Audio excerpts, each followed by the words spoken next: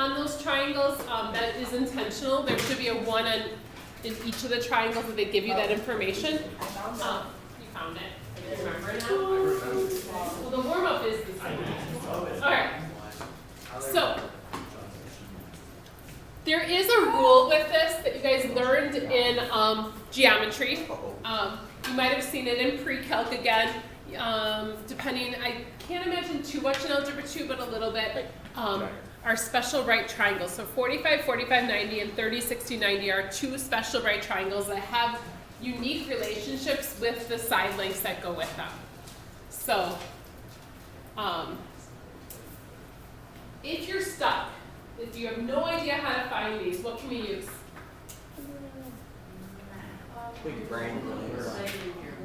I don't think you use Pythagorean theorem on the first one. You only have one side.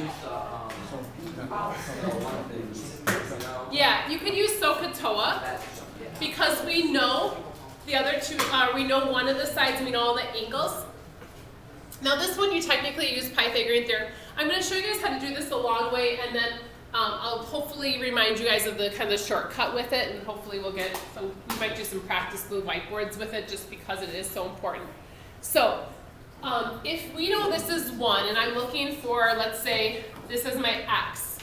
Now, the issue is they're going to want the exact values, and your calculator might give you a decimal depending on what calculator you're using or what you're going about here.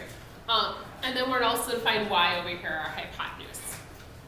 So if we're trying to find x, and we're using the 60-degree angle, this is our opposite, this is our adjacent, and then here's our hypotenuse. So I would do tangent of 60, and again, you won't have to do this every time. I'm just trying to remind you guys. Now the dividing by 1 is kind of nice, so really the opposite side is just the tangent of 60. And what did your calculator tell you that is? Square root of 8. What? Are you just yelling out random numbers? Yeah, she is. Okay, let's not do that. Trig.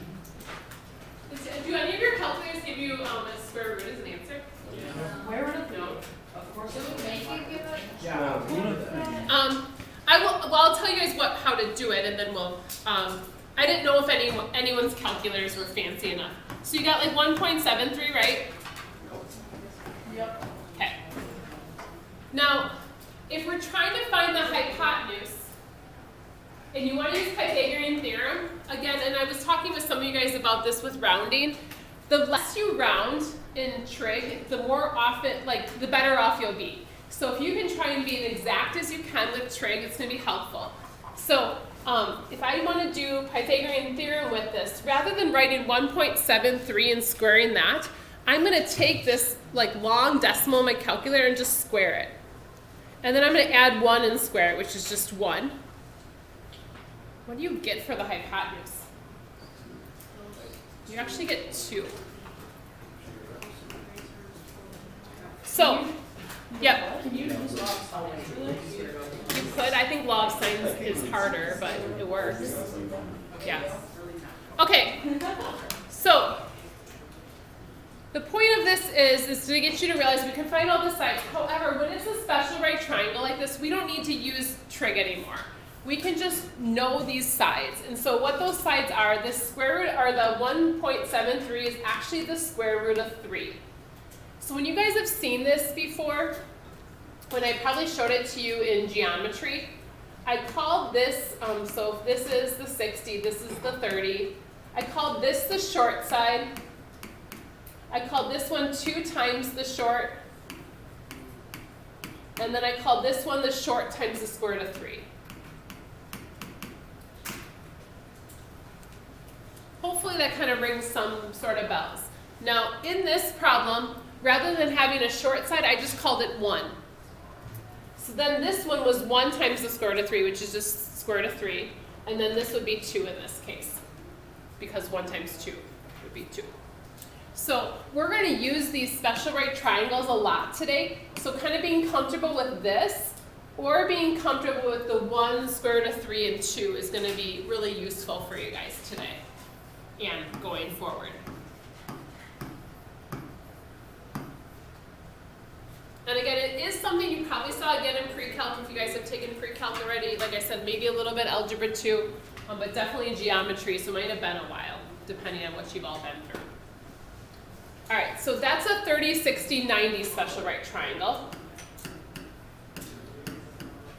The next one is a 45, 45, 90. This one might be a little bit easier. Yeah. Yeah.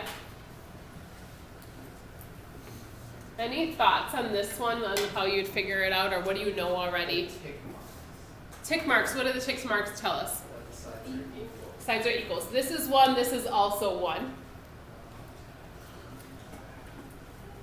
You figure out the hypotenuse using Pythagorean theorem. Otherwise, there's a short way, is just knowing it. But again, Pythagorean theorem would be 1 squared plus 1 squared equals, we'll call it, I don't know, h squared this time.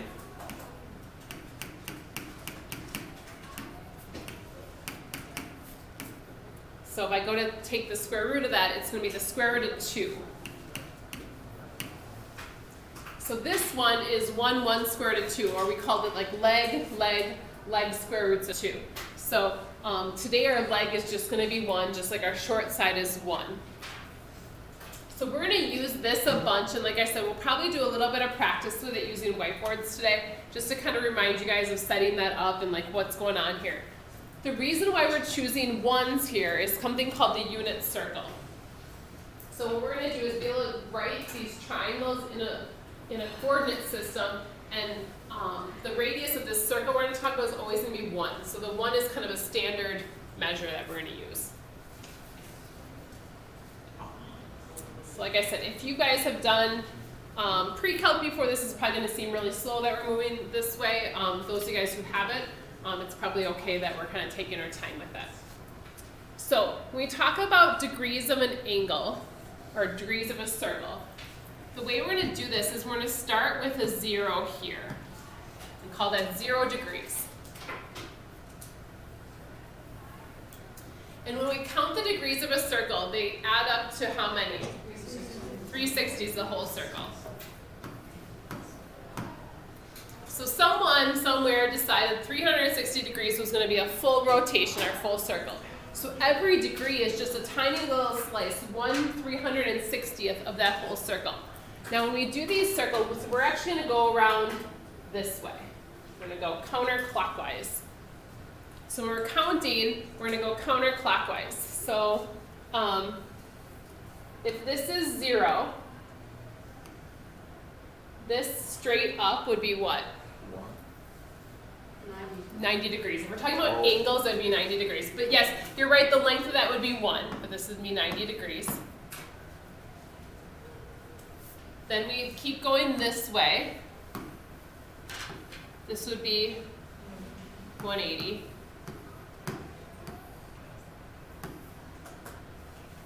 What's that one going to be? 270. 90 more than the previous one. And then we come back to 360 again. And you can kind of actually keep spinning, so you can even have angles that are over 360 degrees. You can go around again. We can go around another part of a circle. But the degrees we're talking about are always going to go around counterclockwise. Yes? Just as a refresher, if you get like a negative, you go backwards, right? Yeah, so this is all positive, and you can have negative angles. If you looked ahead at all, you're going to notice that, or she just remembers that from pre-calc. It's okay. But to go the other way then would be negative angles. We don't deal with negative angles much until now. And the reason for that is because it is a confusing idea, but most of it is because negative angles only make sense in this situation. To have like a negative angle on like how open my door is, like that doesn't really make a lot of sense. So negative angles would go the other way. So if that, you want to kind of mark that on here, we'll talk about those in a second.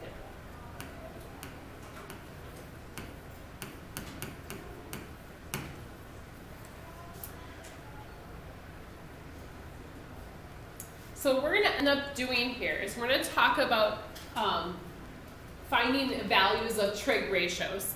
And we're going to use this coordinate system to do that. But when we do this, we're going to draw our triangle in the coordinate system strategically. So when I go to draw this, if I draw my triangle, we call it a reference angle. So we always make the x-axis one of the sides of the triangle.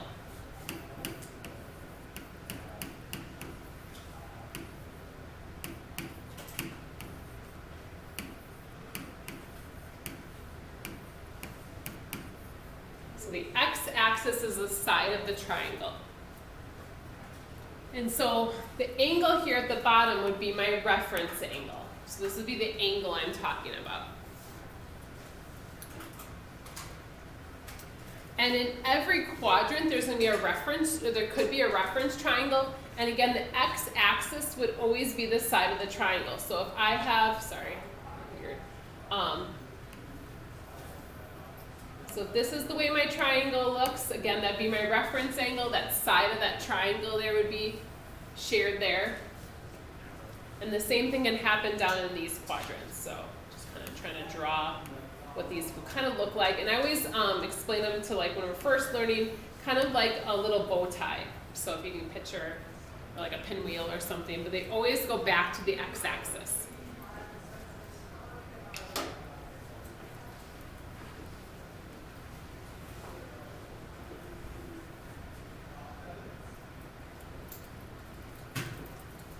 And I just drew some like arbitrary triangles. Those don't have any rhyme or reason. I'm just trying to kind of show you how we draw them back to the x-axis. So there's always like a right angle there.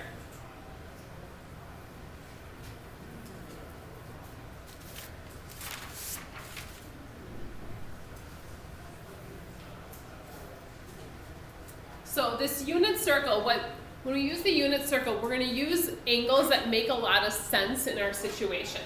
The angles that make sense are the ones from our warm-up question. So when we talk about our unit circle, again, we start at 0.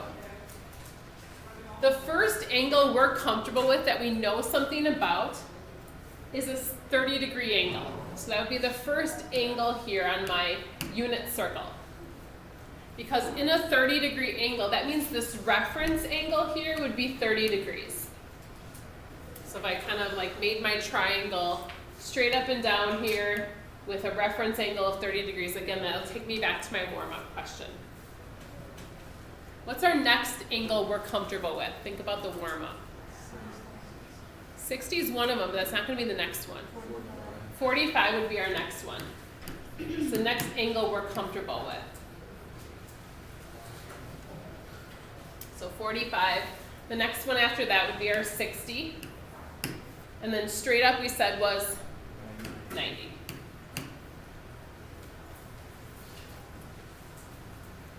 Now going around the triangle, or around the circle, now we're going 30 degrees more, would be 120. But then if you guys notice, like the next one after that should be 45 degrees. So what would I call that angle? 135, right? 135, because 45 degrees, this is 180. So this is 45 degrees back from that 180. So it kind of getting used to some of these angles we're going to be using an awful lot. And the difference between these is 15. That's kind of a good way to look at it as well. So this next one's going to be 150.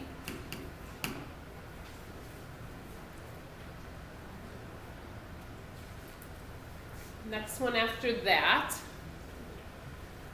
we'll go 210, right? 30 from 180. Go 15 more, right?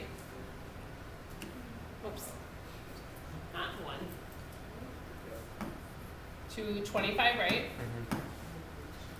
15 more. Because 270 is here, so it's 30 short from 270. Then we're going up 30 more, so 300. 315, 330, Okay. 360. And then 360. Now, yeah, these are the ones we're going to use a ton in what we're doing today. And so if this helps you to visualize what's going on, but we're going to kind of use some other ways to kind of think about this as well. But then again, going back to Erica's point about the negative angles, if I go this way, This would be a negative 30 degrees. This would be a negative 45. So just so you know, like negative really just does the same thing. It counts the same way, it just goes back negative.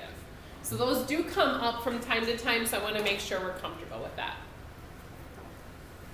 So, these last few problems here, and then we'll take a break. And sorry, it's gonna be whiteboard breaks and not like a real break. We can draw a little bit or something on the whiteboards. But. All right. So it says to find the exact value.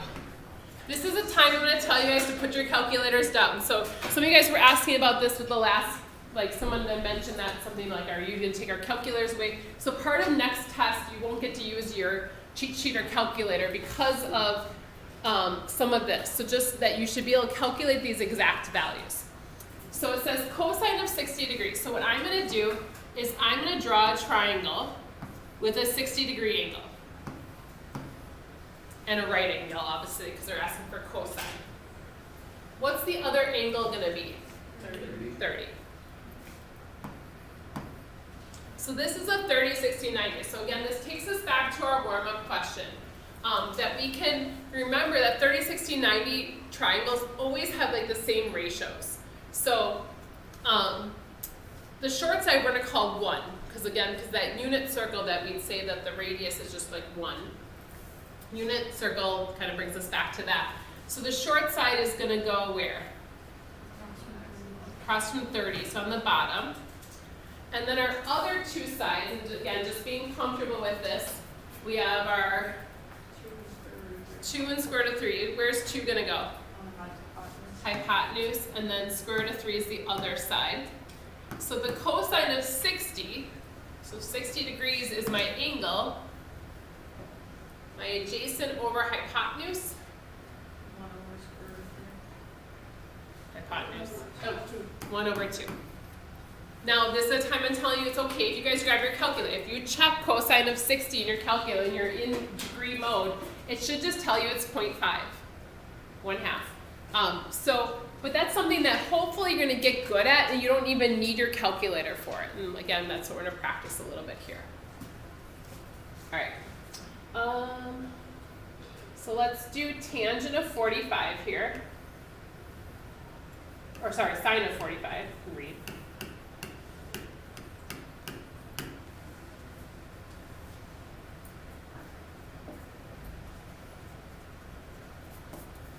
So in a 45, 45, 90, the two angles are 45. The legs we're going to talk about are both 1. And the hypotenuse is, what do we say about that? Square root of 2. So if I want the sine of 45, it doesn't matter which one you choose.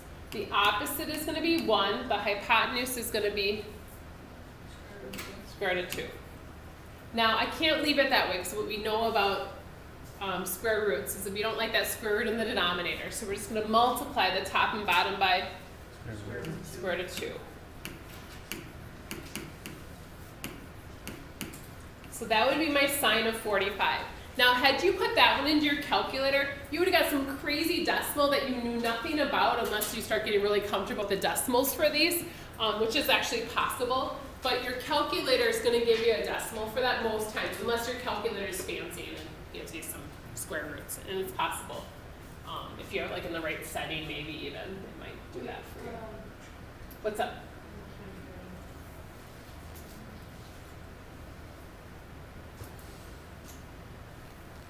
And then our last one here before we take a break is tangent of 30. All right, 30 degrees. I'm going to put it down there this time just to get used to that reference angle. So the other one's 60.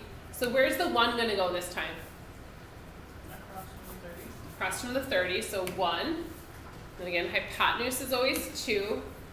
And then square root of 3 is my third side. So tangent of 30. Opposite over adjacent. So this one requires a little bit more work again.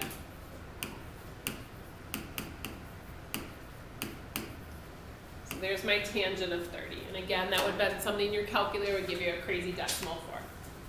So when you guys have a second, you're done writing, you can go grab a whiteboard and marker. And we'll kind of do this and take notes